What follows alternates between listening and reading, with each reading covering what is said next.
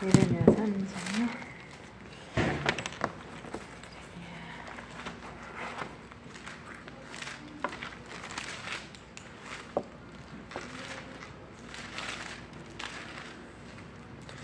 3장 23절 보십시오.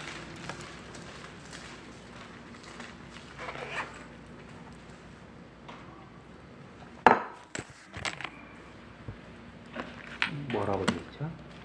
작은 산들과 큰 산 산 위에서 떠드는 것은 참으로 헛된 일이라. 이스라엘 구원은 진실로 우리 하나님 여호와께 있나이다. 예, 이스라엘의 구원은 어디에 있어요? 우리 하나님께. 진실로 우리 하나님 여호와께 있나이다. 예, 있다. 구원은 여호와께 있다 그랬어요. 그 바로 옆에 4장 예, 14절 보세요. 한번 보세요. 뭐라고 되어 있는지. 예루살렘아 내 마음의 악을 씻어버리라. 그리하면 구원을 얻으리라.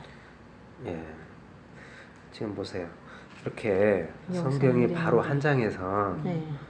구원은 여호와께 있어 이야기해놓고 네가 네 마음의 악을 씻어. 그럼 네가 구원받을 거야. 우리가 하라는 거예요. 예수님이 구원 하나님이 안 시켜주겠다라는 되는 거예요. 그래? 그러니까 성경이 이렇게 돌아가요.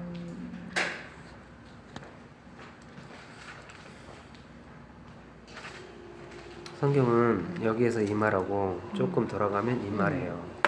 우리가 오늘 이 오병이어 기적 잠깐 이야기할 텐데 우리가 잘 알고 있는 기드온, 사사기? 예, 기드온 잠깐 한번 봅시다. 자, 우리는 이거 다 한 건데, 자, 보리떡이 있어요. 보리떡은 어떻게 만들죠?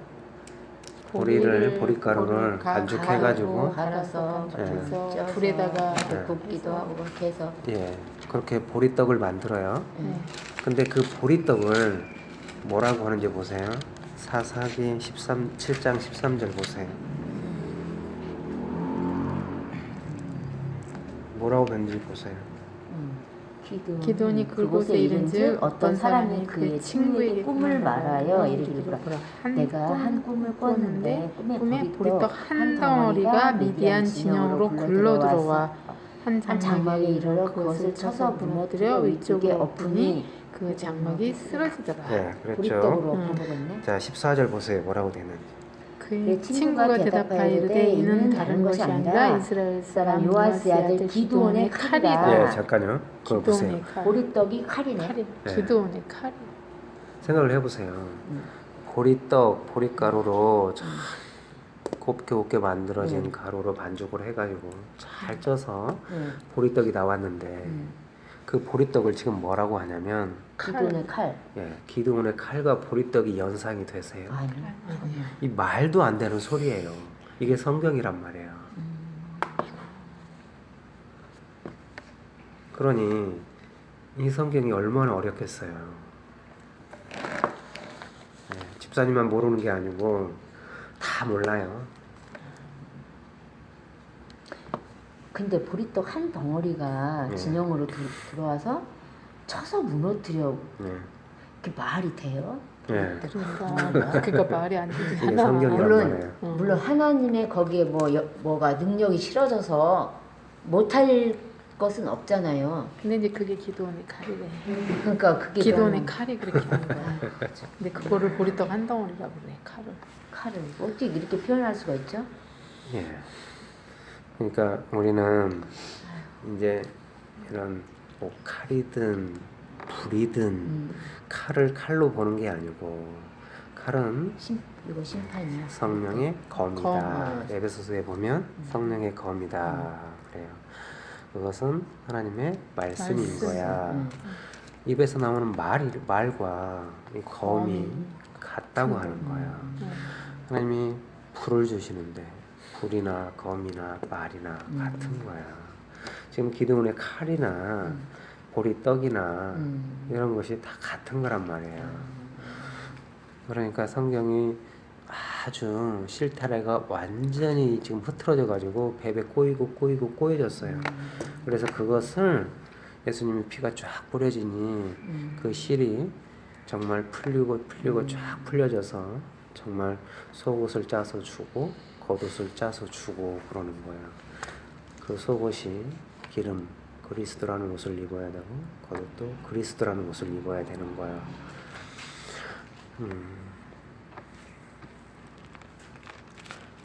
성경을 그냥 어떤 나의 이성적 지혜로 내가 이해해서 알겠다고 하는 것은 극히 이것은 오만한 거예요. 절대로 예수님의 피 아니면 성령의 은혜 아니면 이것은 알아낼 수가 없어요. 전부 다 가려져 있고. 지금 제가 답답해서 대구에 그렇게 글을 쓰는 것도 보면 다 신앙생활 수십 년씩 다 신학한 목사들이 천지예요. 하지만 정말로 이렇게 비밀로 가려져 있기 때문에 거의 아는 사람이 없어요. 그 하늘의 노래를 전할 수가 없어요. 내가 강구만 장로한테 그랬어요. 왜 이렇게 신옥주는 어제 신옥주 또 나오던데 그런 김사만이나 이재로 그렇게 세상 이야기에 그렇게 관심이 많으냐. 성경을 보면 볼수록 궁금하고 모르는 거 천지일 텐데 그런 걸 정말 가슴 뼈저리게 궁금하고 간절히 사모하면 그 말씀을 카페에다 올릴 거예요. 근데 카페 보면 맨 목사들 설교 같지 않은 거 그런 거 올리고 또 그런 세상 돌아가는 거에 그런 것만 이렇게 관심 있어서 올린단 말이에요. 생각을 해보라고 하나 툭툭 던져놓으면 뭔 네 자랑하려고. 그러게. 네 자랑. 난 내 이름 쓰는 것도 부끄러워서 죽겠구만.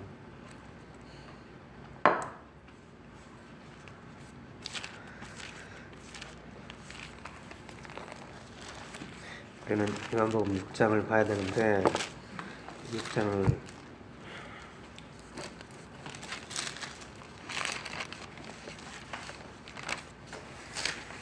지난주에 예수님 보는 거에 대해서 이야기를 드렸어요. 그래서 예수님이 그런 흙에다가 당신의 침을 뱉어서 반죽해서 눈에다 발라서 그것을 씻어내는, 그래서 눈이 뜨여지게 되고 그리고 새 양을 주어서 밝히 보는 이야기를 드렸어요.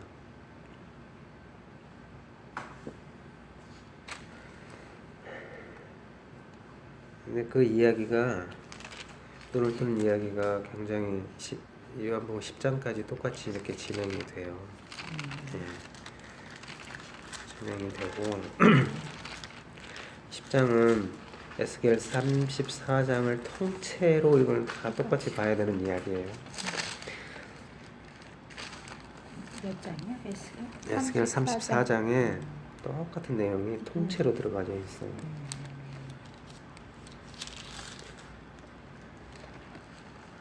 예, 10장 1절 잠깐만 보시면, 내가 진실로 진실로 너희에게 이르노니 문을 통하여 양이 우리에 들어가지 아니하고 다른 데로 넘어가는 자는 절도다 강도다.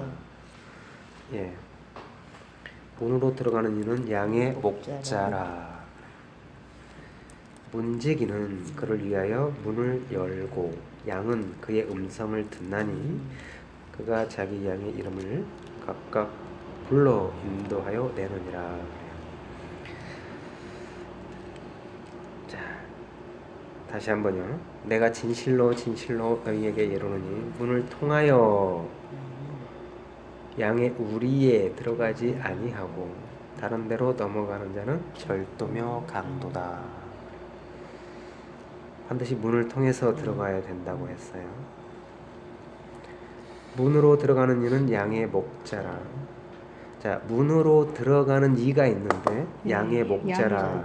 11절 보면 나는 선한 목자라. 그래, 예수님이 선한 목자예요. 자, 예수님이 분명히 양을 치는 목자예요. 그래서 그 양문을 통해서 들어간다고 이야기를 하고 있어요.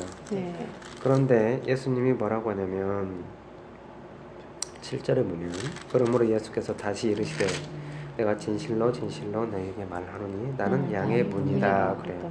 예수님이 내가 문이야 그래 놓고 나는 목자인데 그 문을 통해서 들어가는 자야. 이건 그냥 말 장난이에요. 문이 있으면 문을 통과하는 자가 있고 네. 통과하는 목자가 있는데 예수님은 지금 뭐라고 하냐면 내가 문이다. 네. 나는 그 문을 통해서 또 들어가는 들어가는 양의 목자야. 목자지. 내가 선한 목자야. 이거 보세요. 이건 사람들 들으라고 쓴 글이 아니에요. 그 속에 들을 만한 믿음이 있는 자 들으라고 하는 이야기란 말이에요. 예수님이 문이에요. 그리고 예수님은 문을 통과해내서 양을 치는 목자예요. 절대로 사람의 논리로 듣는 게 아니에요. 그분은 휘장이었었고 문이었었고 육체였어요. 그 문이 예수님이 아니면 그거를 찢어낼 수 없어요. 예수님이 육체이기 때문에 예수님이 십자가에 못 박힐 때 휘장이 위에서 아래로 찢어지는 거예요. 그리고 그 예수님이 들어가시는 거예요. 문을 이렇게 들어간다고 하는 것은 그냥 들어가는 게 아니에요. 그 예수님의 온전한 피가 뿌려지지 않으면 절대로 그 휘장인 바늘기 문으로 들어갈 수가 없어요.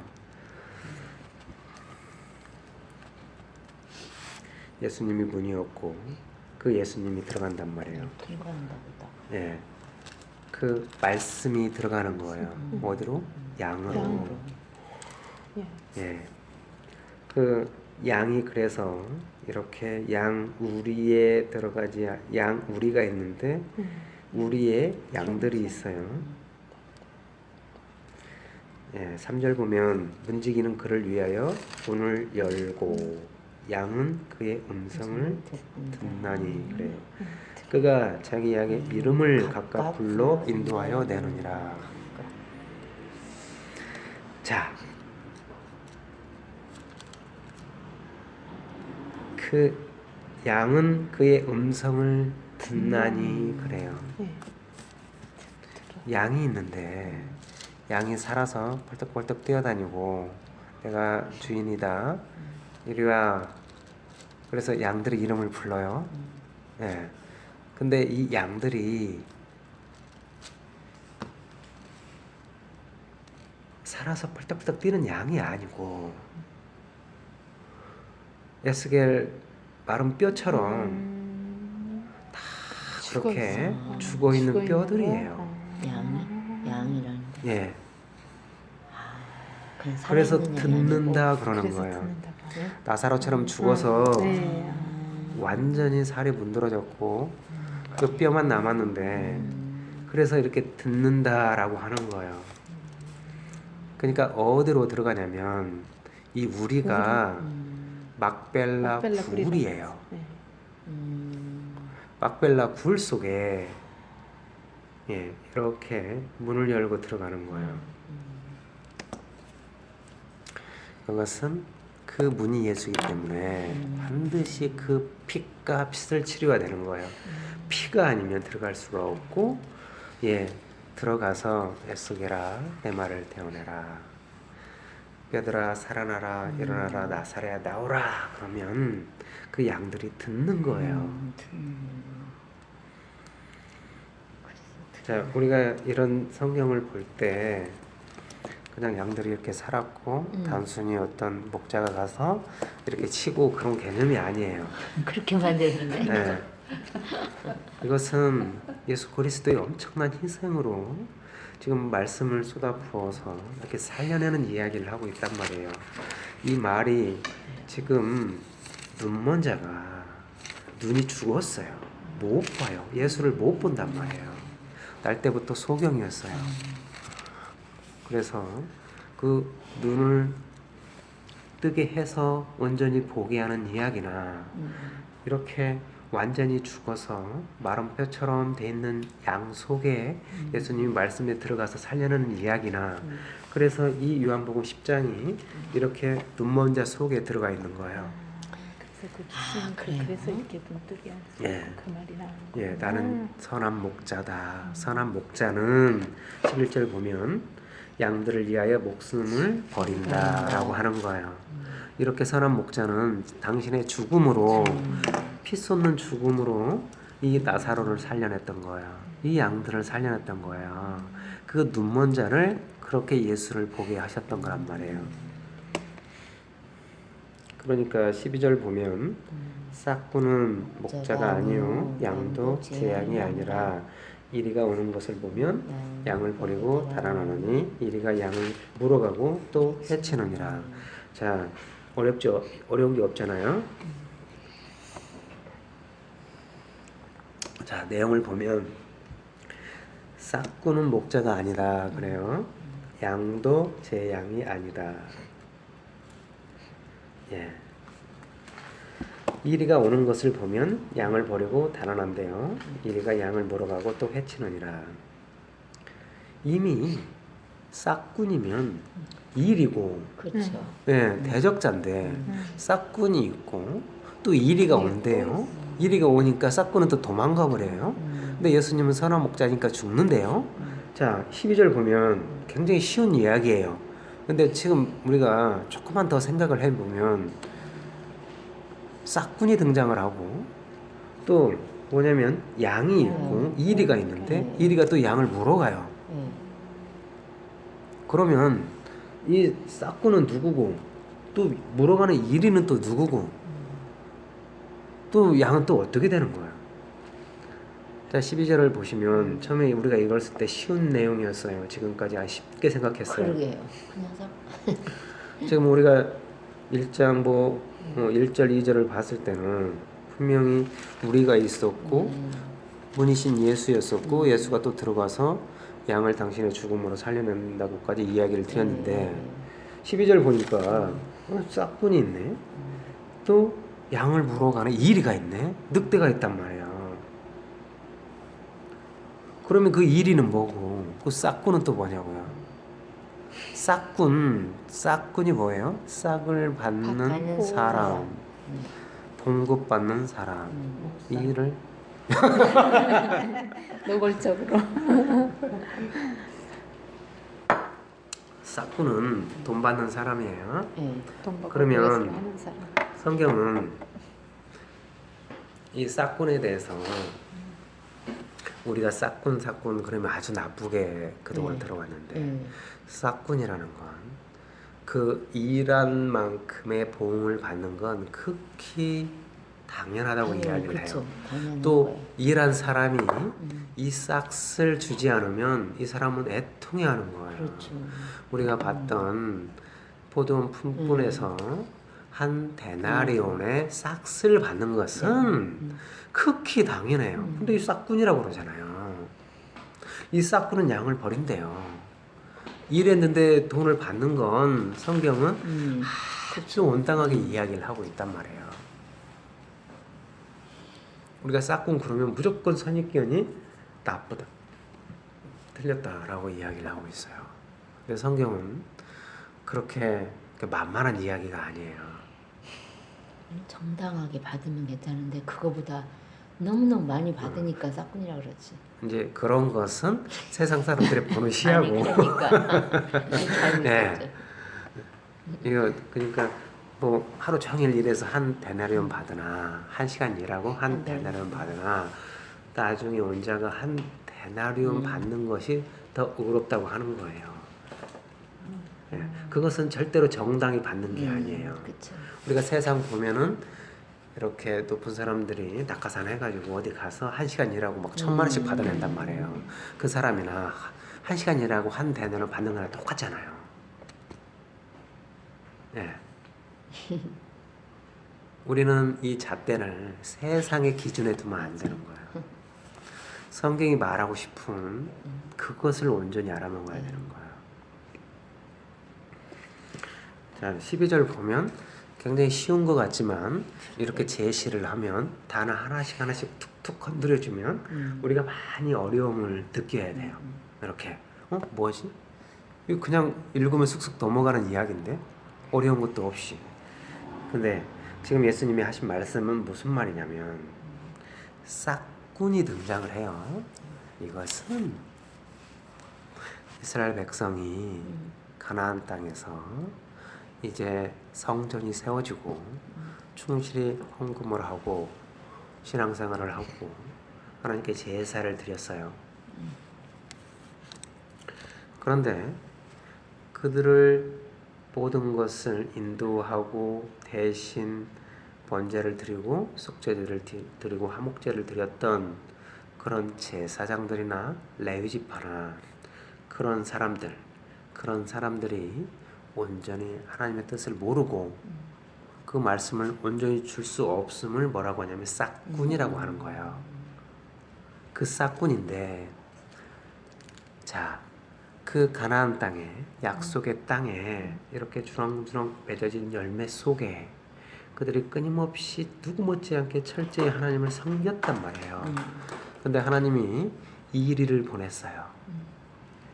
이리를 보냈는데 그 이리가 누구냐면 바벨론 느부갓네살이 쳐들어오는 거예요. 그랬더니 누가 도망가냐면 그런 싹군들이 도망가는 거예요. 그 말을 지금 하고 있는 거예요.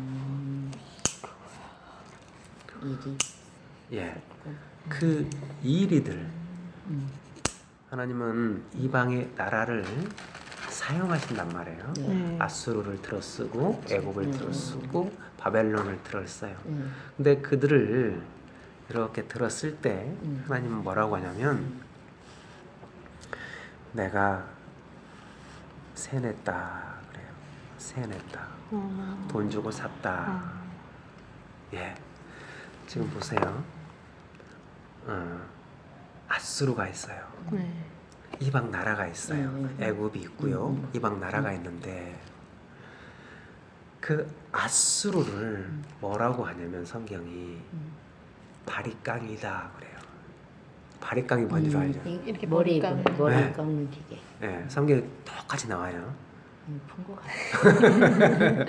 그거를 하나님 뭐냐면 돈 주고 샀어. 그러니까 세냈다 그러는 거야.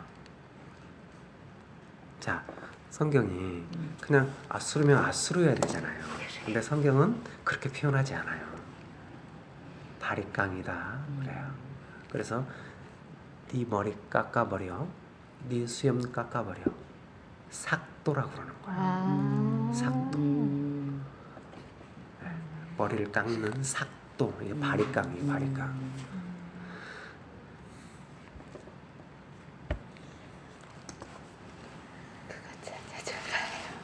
이사야 나오잖아요. 그게 우리 본 것 했는데. 같은데. 우리 했는데. 이사야 7장이요.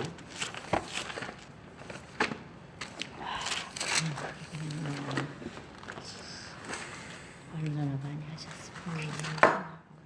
이사야 7장 18절 보시면 네. 그날에 이사야 7장 18절 네. 그날에는 여호와께서 애굽 파수에서 먼 곳에 파리 그래요.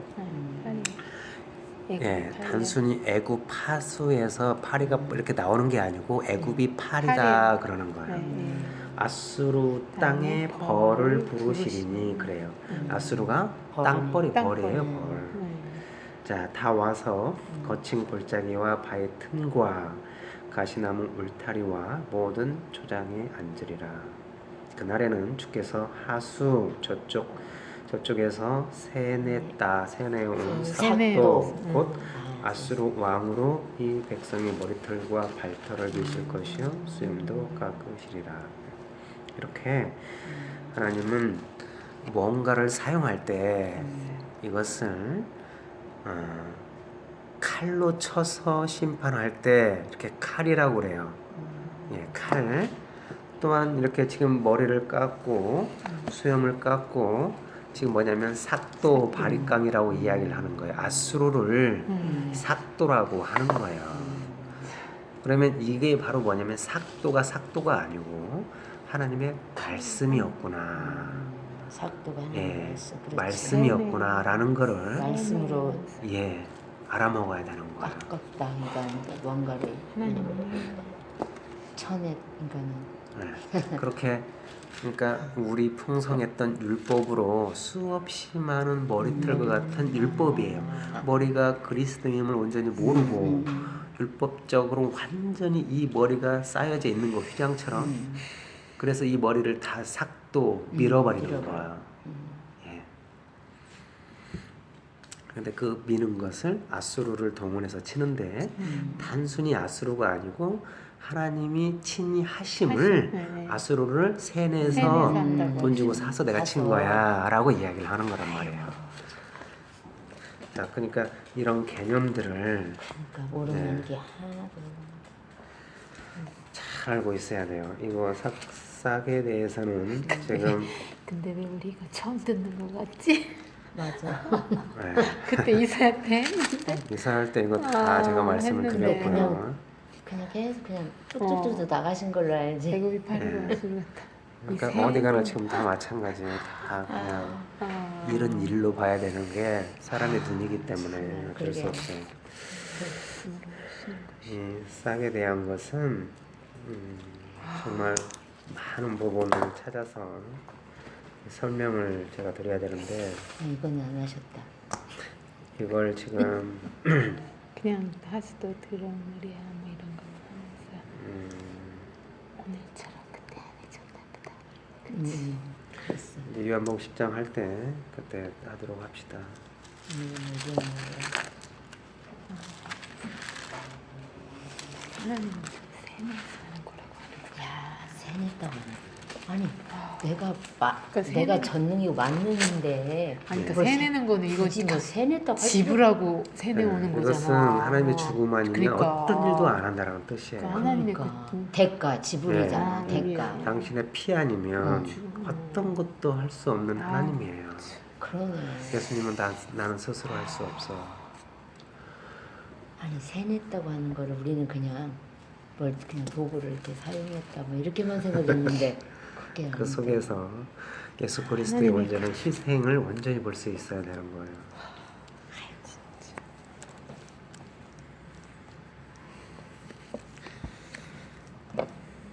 요한복음 11장을 잠깐 보시면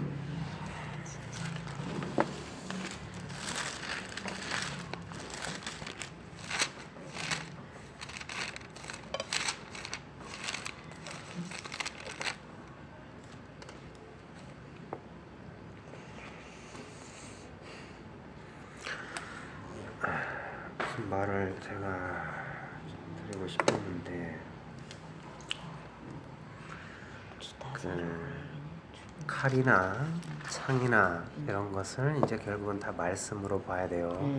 말씀을 본다는 것은 반드시 예수 그리스도의 진짜 그 은혜, 그 십자가 그 피를 볼 수 있어야 되는 거예요.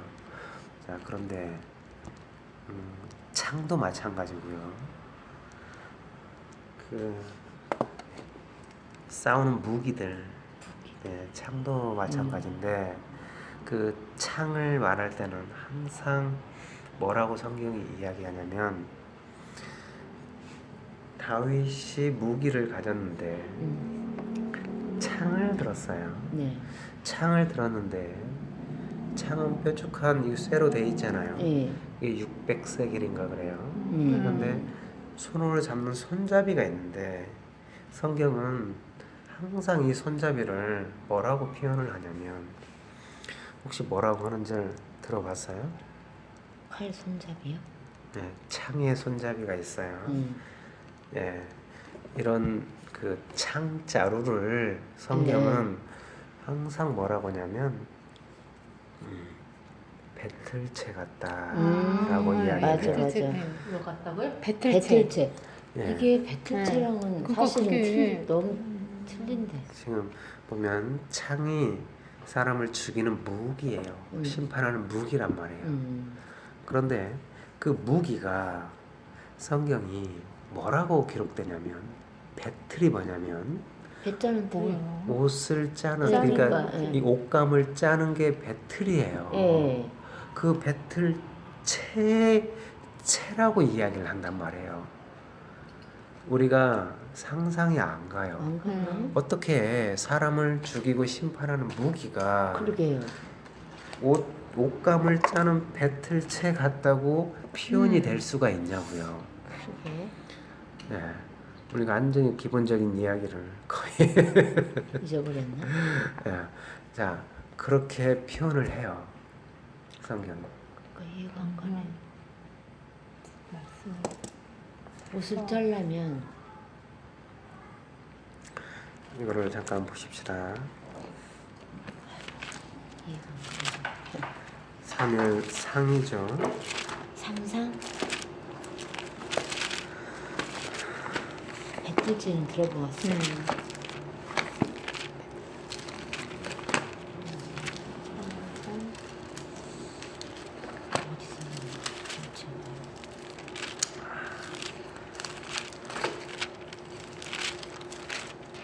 어디서 지금 보시면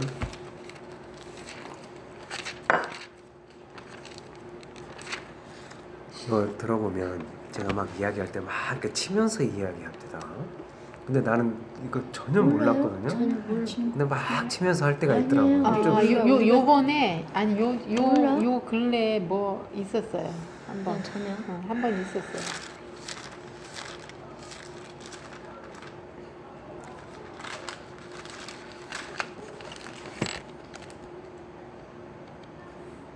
여기 있다. 창자로. 예, 사무엘상 17장에 보시면 골리앗. 그러네. 4절 보면 블레셋 사람들의 진영에서 싸움을 도두는 자가 왔는데 그의 이름은 골리앗이요 가드 사람이라. 그의 키는 6규빗 한 뼘이요 머리에는 노투구를 썼고 몸에는 비늘 갑옷을 입었으니 그 갑옷의 무게가 놋 5천 세겔이며 그의 다리에는 놋 각반을 쳤고 어깨 사이에는 놋 단창을 메었으니 그 창자로는 배틀채 같고 창날은 철 600세겔이며 방패든 자 앞서 행하더라.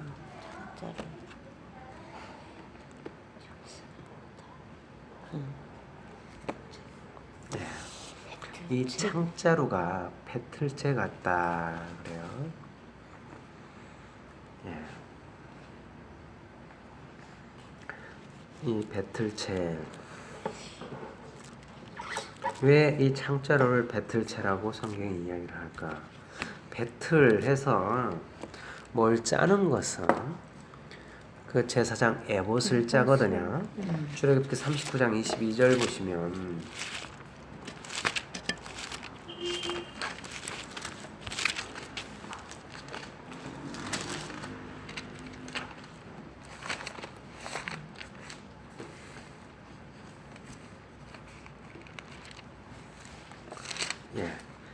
그가 에봇 받침 긴 옷을 전부 청색으로 이렇게 짜서요. 이렇게 짜서 만들어요.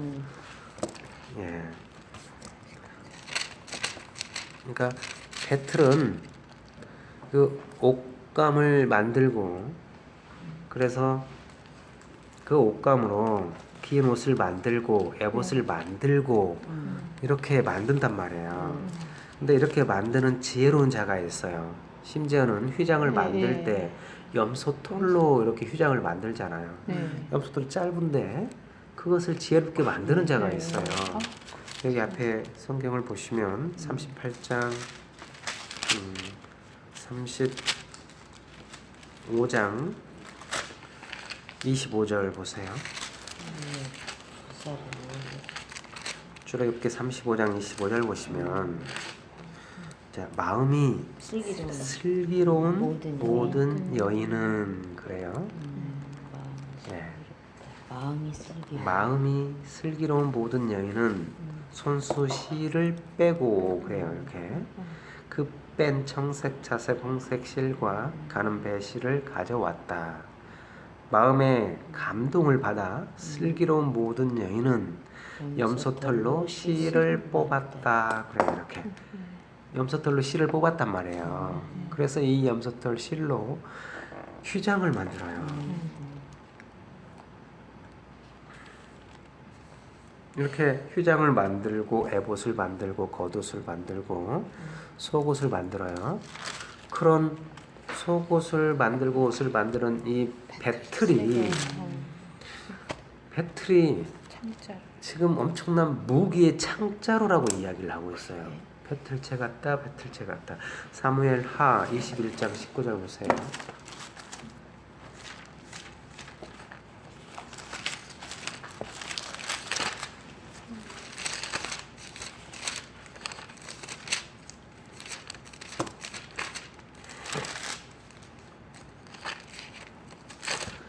사무엘하 21장 9절 보시면 여기는 이제 다윗의 용사가 등장을 하는데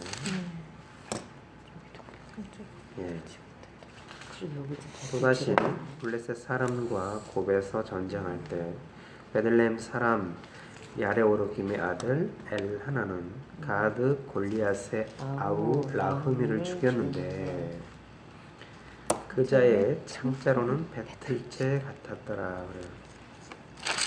이렇게 창자루가 배틀채라고 이야기를 해요. 역대상에도 보면 똑같이 이야기를 하고 있거든요. 역대상 20장에도 똑같이 이야기하는데 우리는 역대상 20장을 안 보고 역대상 11장 23절을 볼 거예요.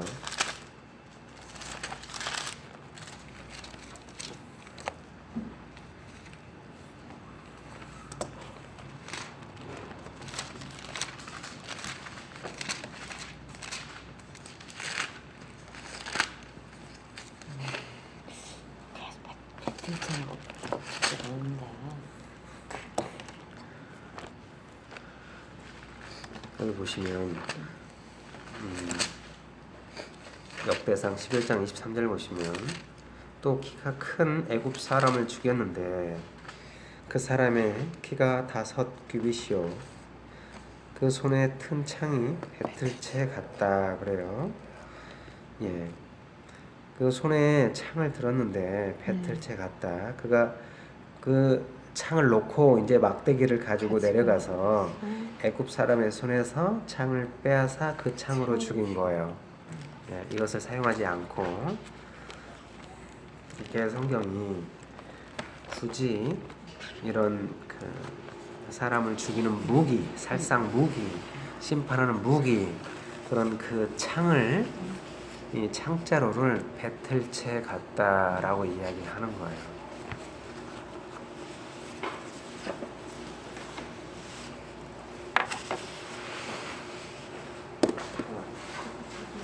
코가 막혀가지고 커피 한잔 사와요? 아니 여기 물 먹으면 커피 안 드셨구나.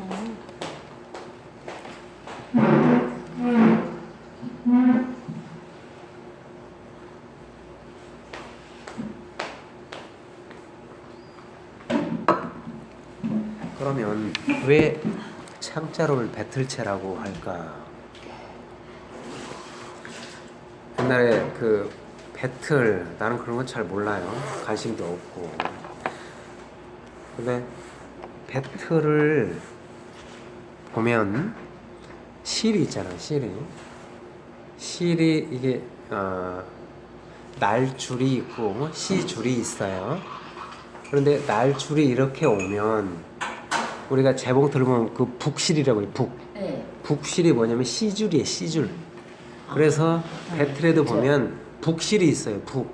시줄이 있단 말이에요. 그래서 날실이 오면 그 사이로 시줄이 쑥 들어가는 거예요. 그래서 이게 이 뭐냐면 천이 만들어져요. 그러니까 이게 이 배틀이 옷을 만드는데 이 그 천을 만드는데 이 날줄이 이 날줄 사이에 시줄이 들어가서 이게 이렇게 천이 이렇게 만들어진단 말이에요. 지금은 다 이제 기계로 만들지만 옛날에는 다 그렇게 했어요. 예, 여자들인데. 그랬나 보지. 예. 그 미싱도 보면 위에 날줄이 있고 북실에 줄이 만나서 서로 이렇게 얽혀서 이렇게 미싱이 되잖아요. 봤어요. 저는 직접 했으니까. 아, 그래요? 북실이 있어요. 그렇게 남자가 날줄인 여자 속에 들어가서 이렇게 만들어지는 것처럼 계속 지금 이 배틀에 관한 이야기를 하고 있는 거예요.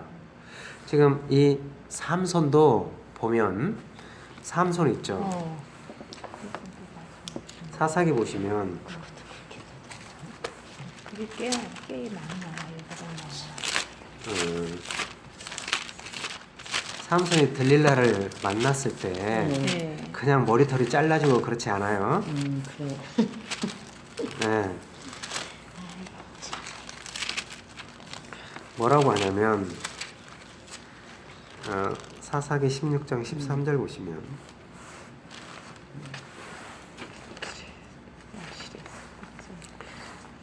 여기에서 지금 부모가 지금 옷이 짜여지는 이야기가 나오는데 들릴라가 삼손에게 이르되 당신이 이때까지 나를 희롱하여 내게 거짓말을 하였도다. 내가 무엇으로 당신을 결박할 수 있을는지 내게 말하라니 삼손이 그에게 이르되 그대가 만일 나의 머리털 7가닥을 배틀의 날실에 섞어 짜면 되리라 하는지라 그랬어요. 삼손의 머리카락과 그리고 배틀의 그 날실과 같이 이렇게 짜지면 내가 힘이 빠지리라 해서 14절 보면 들릴라가 바디로 그 머리털을 단단히 짜고 그에게 이르되 삼손이여 블레셋 사람들이 당신에게 들이닥쳤느니라 하니 삼손이 잠을 깨어 배틀의 바디와 날씨를 다 빼내니라 그랬어요. 그런 뜻이 아닌데. 예, 그러니까 지금 여기 바디라고 하는 것은 완전히 그 결박새 말뚝같이 그렇지. 예, 완전히 짜서 박아버렸다라는 거예요. 예, 이렇게 지금 삼손의 머리와 배틀의 날실과 뭔가 이렇게 예, 천이 짜여졌어요. 예, 휘장을 짜듯 이렇게 짜졌단 말이에요. 우리가 머리털 이야기하면서 그 머리털이 머리를 싸고 있는 휘장이라고 이야기를 드린 적이 있어요. 이렇게 그 머리를 싸고 있는 휘장, 예, 그것이 휘장으로 이렇게 가려지면 전부 다 율법에 가려지는 것들이에요. 이것은 진짜 머리이신 그 예수 그리스도라는 머리, 예, 그 기름으로 이렇게 가려져야 되는 것이지, 말씀으로 가려져야 되는 것이지, 예, 휘장으로 가리는 것은 지금 천주교에서 머리에 그 하얗게 두건을 쓰고 있는 거나 똑같은 행위들이에요.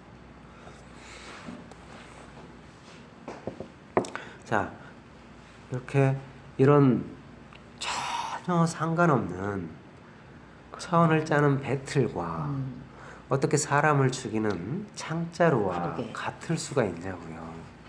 왜 그렇게 창자루가 배틀체라고 하냐면 그것은 하나님이 말씀 그 검으로 너를 훅 찔러서 속옷을 짜내기 위해서 그러는 거야.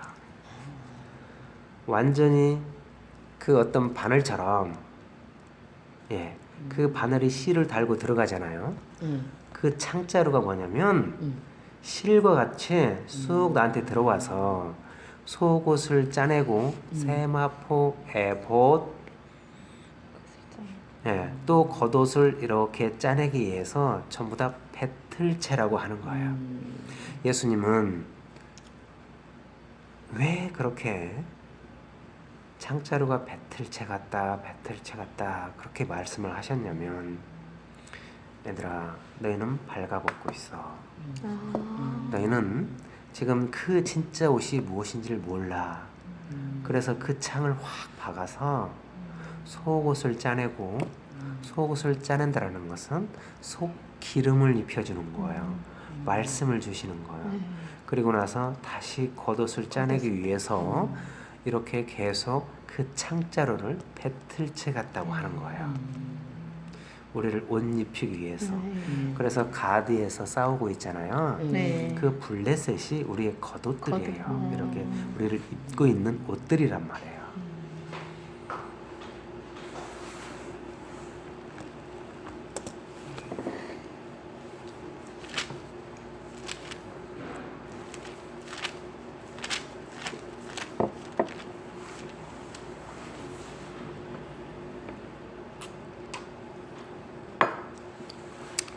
이렇게 짜는 걸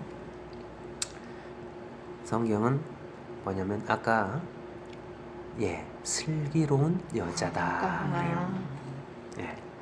그래서 잠언서에서도 슬기로운 뭐 그렇죠. 잠언서 31장에 보면 진짜 현숙한 여인이 거기서 등장을 하는 거예요. 그래서 옷을 짜서 입히고 내가 덮을 이불도 하고 정말 현숙한 여인은 그렇게 진짜 그리스도라는 옷을 짜서 이렇게 주는 거예요. 말씀을 진짜 주는 거란 말이에요.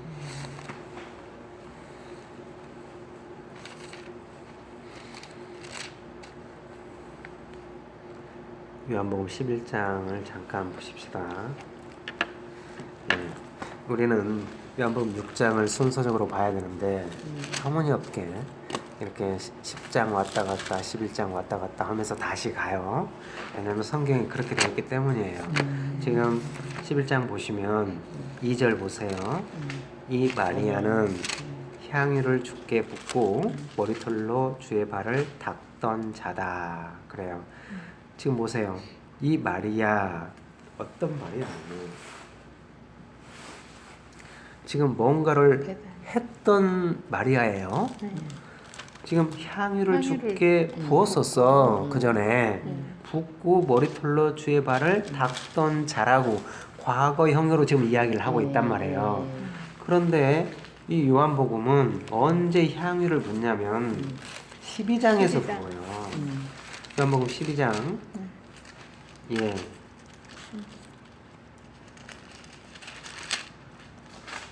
3절 보시면 마리아는 지극히 비싼 향유 요한복음 12장 3절 곧 순자는 나드 한 근을 가져다가 예수의 발에 붓고 자기 머리털로 그의 발을 닦으니 향유 냄새가 집에 가득하더라 그랬어요. 지금 보세요. 이 일이 있기도 전에 미리 이렇게 11장 2절 보면 말을 먼저 하고 있단 말이에요. 성경이 오락가락해요. 그렇기 때문에 지혜로운 여자처럼 염소털 어떻게 하지 불평하지 말고 지혜를 받아서 슬기를 받아서 거기를 씨를 뽑아낼 수 있어야 돼요. 아셨죠? 그 씨를 뽑아내야 속옷을 짜줄 수 있고 겉옷을 짜줄 수 있는 거예요. 자, 11장 1절을 보십시다. 어떤 병자가 있으니 그래요. 성경이 어떻게 시작되냐면 이름을 그냥 이렇게 밝히기 싫은 것처럼 그냥 어떤 병자라고 이야기를 해요. 그러면서 이걸 아주 세밀하게 또 이야기를 한단 말이에요. 예, 어떤 병자가 있으니 이는 마리아와 그래요. 이는 그래요. 자, 어떤 병자가 있는데 이는 마리아다. 또 마르다다. 나사로다. 예, 지금 한글은 분명히 어떤 병자가 있으니 이는 결론적으로 나사로다 그 말이에요. 예, 틀림없이 맞는 말이에요. 제가 일부러 이렇게 강조할 때는 정신을 바짝 차려야 되는 거예요. 어떤 병자가 있으니 이는 마리아와 그의 자매 마르다의 마을을 베다니에 예, 자매 마르다의 마을을 베다니에 사는 나사로라 그래요. 어떤 병자가 누구냐면 나사로였어요. 근데 2절 보면 그러니까 사는 나사로인데 이 마리아는 그러는 거예요. 예, 이 나사로는 그러는 게 아니고 이 마리아는 그렇단 말이에요. 지금 나사로가 누구냐면 마리아예요.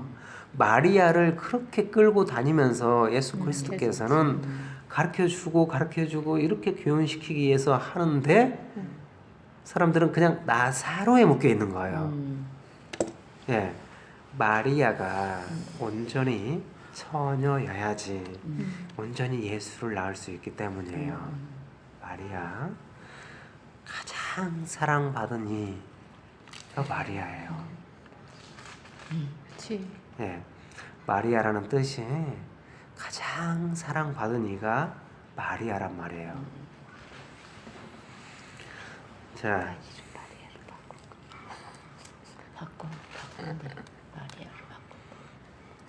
말 타는 말. 그래서 예수님이 지금 그 예, 말통에 말 구이에 오는 오시는 거예요. 거야. 왜냐면 어머니가 말이기 말이니까. 때문이에요. 말이야. 말이 그래서 말 말 되네. 구이에 오는 거예요. 말 되네. 성경이 타고 다니는 말을 말씀이라고 말씀이다. 그래요. 네. 말이라고 그런단 말이에요. 네. 날아다니는 말. 어떤 병자가 있으니 이는 마리아와 그 자매 마르다의 마을을 베다니에 사는 나사로라. 마르다의 마을 베다니에 사는 나사로라.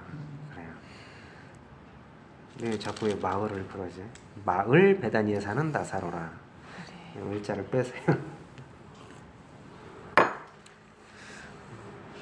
눈이 내가 잘 안 떠져서 을자가 두 개로 보여가지고 그래. 마을 베다니에 사는 나사로. 아, 내가 마을 내놓고 보니까 되게 이상한구나. 예, 이 베다니 그래요.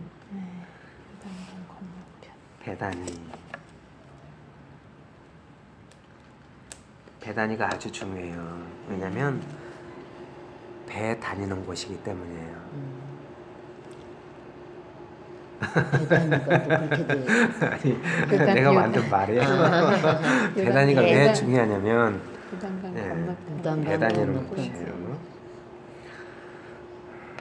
이 베다니를 보시면 얼마나 중요한지 몰라요. 베다니라는 것은 이게 고통받는 자, 정말 가난한 자, 그런 뜻이 있다고 해요. 고통받는 자의 집, 대추 야자의 집, 이런 게 베다니의 뜻인데, 이 베다니가 정말 중요한 것은 바로 18절 보시면 베다니는 예루살렘에서 가깝기가 한 오리쯤 되기 때문이에요. 한 오리쯤 돼요.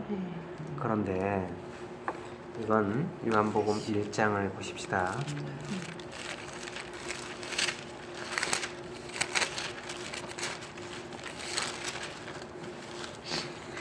1장 28절 보세요. 지난주에 제가 베세다 이야기를 잠깐 드렸어요.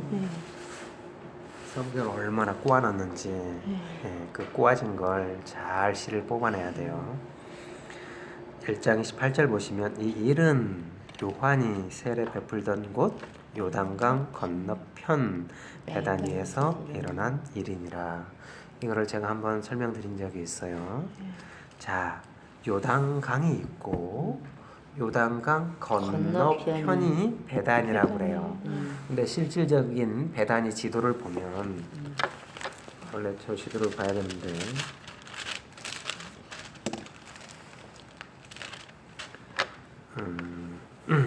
여기에도 지도가 나왔으니까 책 뒤에 있어요. 없어요. 여기 지도를 보시면 지금 여기가 사해 바다고 여기가 갈릴리 호수예요. 그런데 지금 여기 예루살렘 성전이 세워진 베냐민 땅이에요. 근데 바로 예루살렘 옆에 한 오리쯤 베다니가 여기 있단 말이에요. 근데 지금 이 요단강에서 건너편 1장 28절을 보면 건너편 베다니라고 그래요. 그래서 건너편 베다니가 여기를 말을 하고 있는데 아니 건너편 여기가 아니냐, 여기 건너편이 여기 맞잖아, 이렇게 말할 수가 있는데 왜 굳이 건너편 여기를 제가 이야기를 하냐면 예, 지금 민수기를 보십시다. 민수기 22장 1절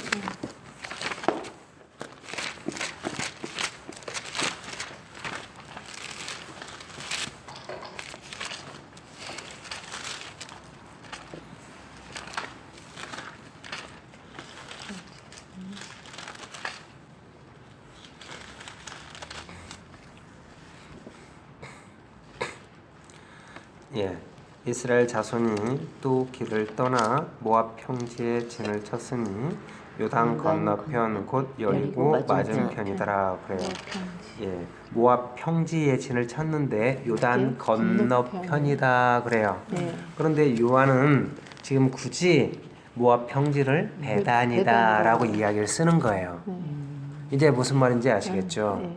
분명히 지형은 여기가 베단이에요. 네. 그런데 요단 건너편 거기를 지금 그래. 요한은 베단이다 이야기를 하고 있어요. 그러게. 네. 그러면 이 베다니에서 모압 평지라는 베다니에서 네. 오리를 건너오면 오리가 되고 오리에서 건너가면 오리가 되는 되고. 거예요. 그러면 오리를 가자 하면 십리를 가야 되는 거예요. 그게 그렇게 되나? 무슨 말이냐면 사람들은 구원받은 이스라엘 백성이 하나님 백성이야 라고 오리까지밖에 안 와요. 그런데 정말 십리를 가자고 하는 것은 얘들아 그 지성소까지 가야 돼. 그렇게 그 말씀이 있는 바늘기가 찢어지는 지성소까지 들어가야 된단 말이에요. 거기가 십리예요. 예, 단순히 오리를 가자 하면 오리에 머무르는 게 아니고 모르니까 어디냐면 지성소까지 끌고 가야 되는 거야.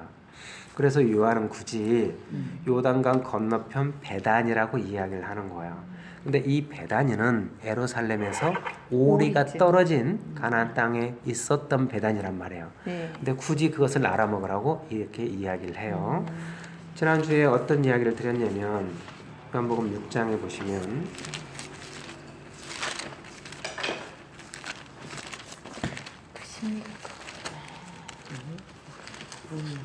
헷갈려.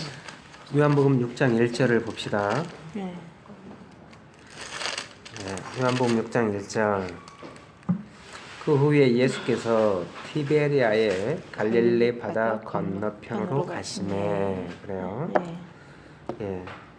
지금 이거 보기에는 아무것도 아닌 것 같은데 이거 볼수록 아주 복잡하다고 그랬어요. 분명히 요단 이쪽에 티베리아 갈릴리 바다였어요. 네, 서편 쪽 서쪽에 네. 네, 티베리아 갈릴리 바다였는데 건너편으로 가자 그랬더니 그 건너편은 어디요? 누가복음 9장 10절에 보시면 베스다라고 이야기를 했어요. 네. 요한복음 9장 누가복음 9장 10절에 보면 네. 베스다라고 분명히 이야기를 했고 네.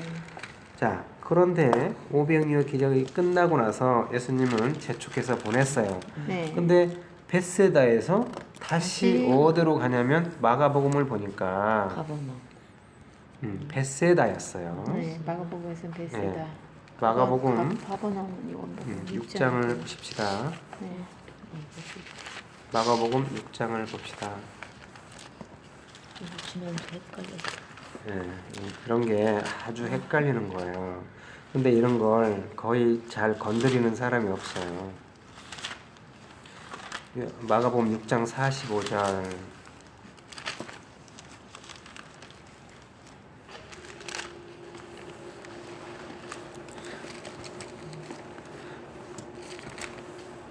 자, 분명히 이런 걸 전부 다 알고 있어야 창세기에 지금 에덴 동산의 사건들을 이해할 수가 있고 그러는 거지. 이런 걸 모르면 그런 에덴 동산의 사건을 그냥 사람들은 시간적인 눈으로밖에 못 봐요. 그렇기 때문에 이런 걸 찾아서 굳이 막 이렇게 설명을 드리는 거예요. 예, 우리는 정말 내가 한 걸음을 걸어야 앞으로 간다고 생각을 하고 있기 때문이에요. 근데 그렇지 않아요. 내가 안 걸고 있어도 어느덧 나는 10걸음을 걸을 수도 있고 뒤로 100걸음을 걸을 수도 있는 거예요. 이게 성경에 묵시적으로 돌아가고 있기 때문에 그걸 잘 봐야 되는 거예요. 분명히 다시 한번 잘 들어보세요. 오병이어 기적을 어디서 했냐면 디베레아 갈릴리 바다 건너편 베세다에서 네. 오병이어 기적을 했다고 네. 지금 누가복음 9장 10절에 보시면 사도들이 돌아와 자기들이 행한 모든 것을 예수께 여쭈니 데리시고 따로 베세다라는 곳으로 떠나가셔서 오병이어 기적을 했다 그래요. 네. 베세다로 갔어요. 네. 근데 그리고 그 베세다에서 오병이어 기적이 끝나고 예수님이 재촉을 해서 네. 예, 건너편으로 다시 보냈어요. 네. 보냈더니 마가가 뭐라고 하냐면 마가복음 6장 45절에서 그 벳세다에서 다시 벳세다로 넘어와요. 예, 건너편 뱃습니다. 예. 예. 그게 6장 45절 보면 마가복음 6장 45절 계속해서 즉시 제자들을 재촉하사 자기가 무리를 보내는 동안에 배를 타고 앞서 건너편 벳사다로 가게 했단 말이에요. 네. 그러니까 벳세다에서 벳세다로 오더라는 거예요. 그런데 이것을 정확하게 보니까 이것은 사실 요한복음 6장 17절 보면 가버나움이었다라는 거예요. 가버나움이었지만 마가가 굳이 벳세다로 기록한 이유가 왜 그러냐면 예, 광야 같은 빈 들에서 오병의 기적을 했고 그 강을 건너는 것은 홍해바다 세례처럼 건넜지만 역시 거기는 벳세다라는 거예요. 네. 광야다, 애굽이다라는 거예요. 아직도. 뱃에다가 예. 그래서 마가가 일부러 벳세다라고 이야기를 하는 거예요. 자, 그런데 그 벳세다는 누구의 고향이었냐면 예. 안드레와 빌립, 안드레, 베드로들의 고향이었어요. 그러니까 요한복음 5장 46절을 보면 요한복음 5장 46절을 봅시다.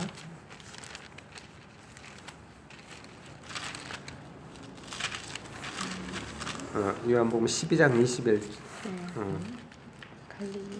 12장 21절을 봅시다.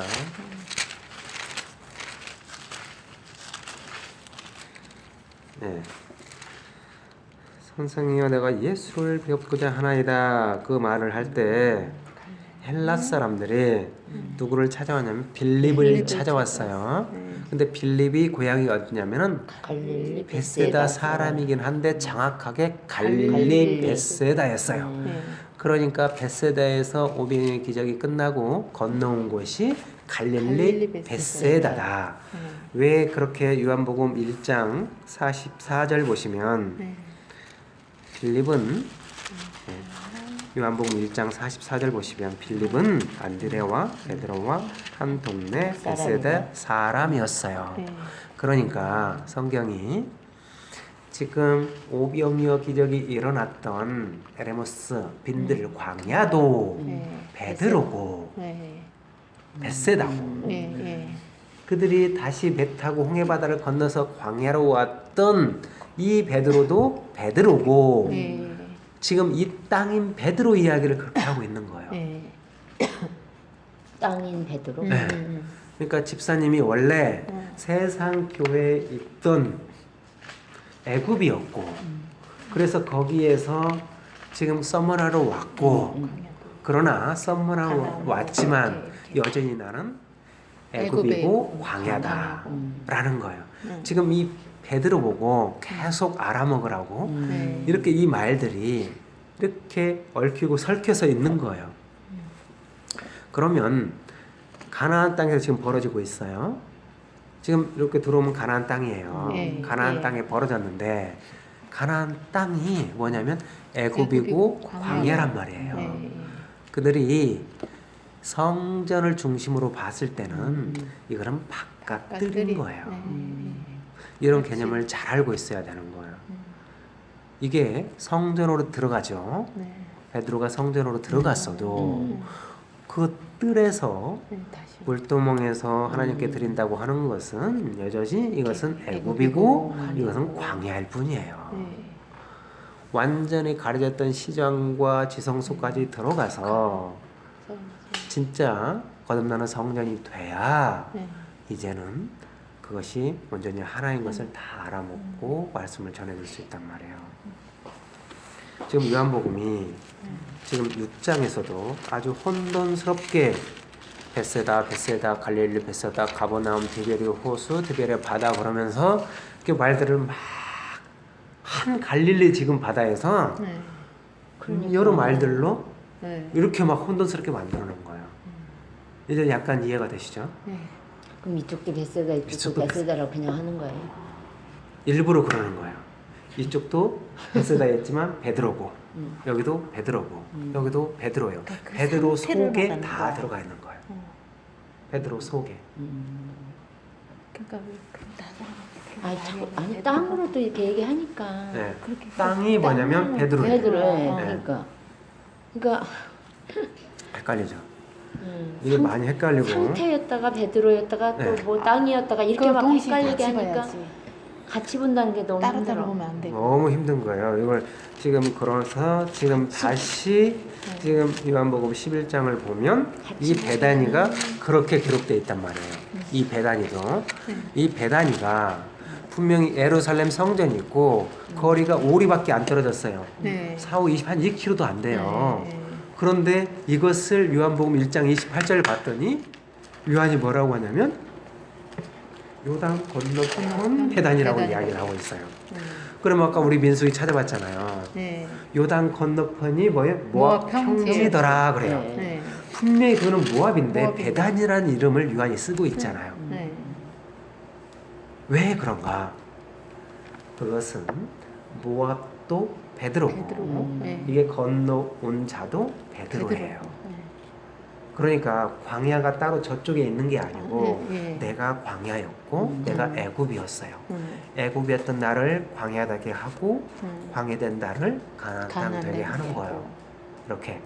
그러니까 다른 데서 찾는 게 아니고 네. 내 속에서 모든 이 진리를 찾아내야 되는 거예요. 근데 또 땅으로 할 때는 여기다 여기다 자꾸 이렇게 하니까 이게 막 헷갈려 오는 그러니까 거지. 성경이 땅으로도 설명을 하는 거예요. 이렇게. 네. 그러니까 이 땅이 지금 전체 애굽이라는 큰 땅이라고 봐봐요. 그러면 이 애굽은 이런 것들을 다 이렇게 품고 있어요. 그치. 그래서 애굽 속에 광야가 있고 또 광야 속에 가나안 땅이 이렇게 있어요. 그러면 이 전체가 누구냐면 베드로예요.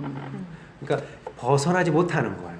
그러네. 베드로가 얼마나 크냐면 베드로가 이렇게 큰 거예요. 예수님이 딱 왔어요. 흠모할 만한 게 아무것도 없어요. 뭐 병 들었고 상처 투성이고 정말 장애자 같고 얼마나 흠모할 게 없으면 정말 사람들이 멸시천대를 했단 말이에요. 그 예수님이. 근데 그 예수님이 지금 보세요. 베드로가 이렇게 큰 베드로인데 예수님이 얼마나 거대하신 분이냐고요. 그런 속에 그 모든 만유가 들어있는 걸 볼 수 있어야 되는 거예요. 지금 보세요. 내가 천국이야. 그럼 뭐지? 나는 이만한데? 이렇게 작게 보이는 거예요. 하지만 베드로가 뭐냐면 모든 걸 싸고 있던 애굽이에요. 그리고 그 속에 있는 광야, 또 그 속에 있는 가나안 땅 그래요. 그러면 여기에서 싹 솟아나면 다 알고 나면 이게 너무너무 거대한 거예요.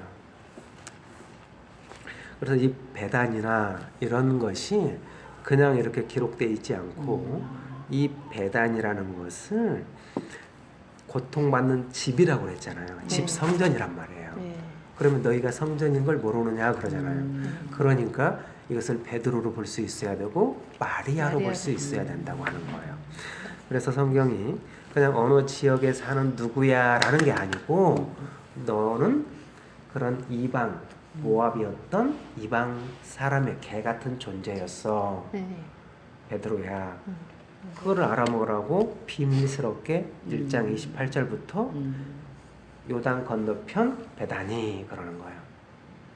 그런데 거기에서 이렇게 예수님이 지금 여기를 이제 베다니에서 나사로를 살려낸단 말이에요. 네. 근데 예수님이 어디 있냐면 바로 요한복음 10장의 40절을 보세요. 다시 그다음 예. 다시 요단강 저편 요한이 처음으로 세례 베풀던 곳에 가사 거기 거하셨단 말이에요. 우리가 1장 28절 네. 봤던 거기에요. 다시. 거기 어디라고요? 배단. 베다니. 네. 예. 예수님이 거기 계셨잖아요. 이렇게. 네. 베다니에 계셨고 베다니에서 지금 나사로가 네. 병들어서 병들어서. 죽어가는 이야기가 지금 펼쳐지고 있단 말이에요. 네. 네.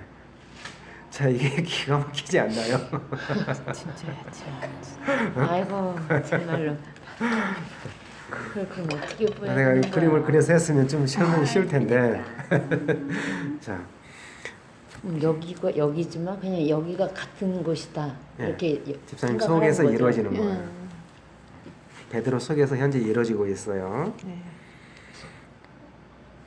특히 이 분명히 여기 애굽 땅이면 홍해를 건너서 3일 길을 걸어서 광야로 왔어요. 그럼 여기는 이미 내가 3일 길을 걸어서 왔기 때문에 먼 그렇죠. 저편이 예, 돼요. 예, 예. 그게 근데 아니라 성경은 이거와 이거를 이렇게 싸잡아서 같이. 같이 이야기를 해요. 네. 그렇기 때문에 시편을 잘 보시면 어떤 10가지 재앙들이 있잖아요. 그 재앙들이 지금 애굽에서 벌어지는 일이 그것은 애굽에 있을 때 재앙이 있었잖아요. 그리고 홍해바다 건넜잖아요. 10가지 재앙이. 근데 시편은 어떻게 되냐면 광야에 있던 일이 있고 그다음에 이런 재앙들이 있단 말이에요. 우리가 보기에는 분명히 애굽에서 10가지 재앙 후에 3일길 그러게. 걸어서 나와야 저편에 떨어지는 곳이고 나는 여기 이미 겪어 왔는데 근데 성경은 그렇지 않아요. 네. 이 재앙들이 위쪽으로 이렇게 와 있다니까요. 이게 이렇게 왔다고 안 해도 되잖아. 그냥 여기다. 그냥 그렇게 하면 안 돼? 그러니까 이 광야에서 지금 일들이 벌어지고 있는데 후에 이 일들이 이렇게 생겨버려요. 이게 시편이에요.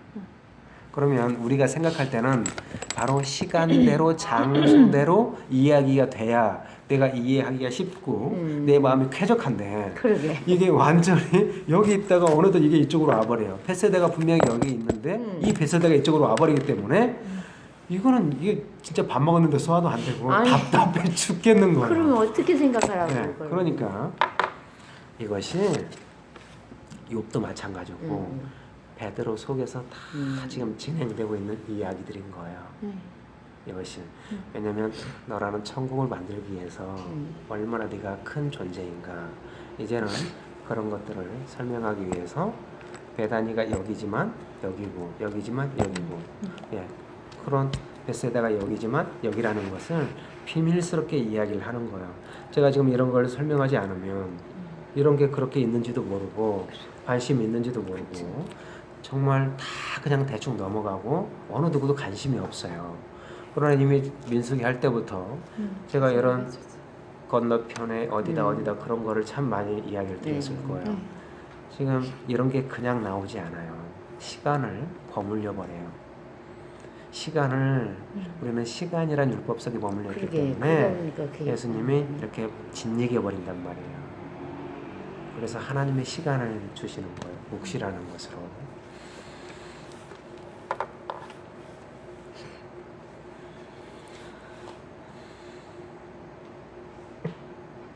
아니면 그냥 여기 배단이 여기도 배단이 그냥 같은 곳으로 그냥 설명하면 돼. 마가복음 11장 1절을 보면 지나가는데 밟아버렸네. 마가복음 11장 1절 보세요. 그들이 예루살렘에 가까이 와서 감람산 벳박에와 베다니에 이르렀을 때 예수께서 제자 중 둘을 보내셨단 말이에요. 그래서 한 번도 타보지 않은 나귀 새끼를 끌고 와라. 이렇게 베다니에 이르렀을 때 이런 일들이 벌어져요. 그래서 베다니에서 이렇게 나귀 새끼를 타고 예루살렘으로 이렇게 들어가신단 말이에요. 베다니가 그래서 굉장히 중요해요. 이 베다니 누가복음 24장 50절 누가복음 24장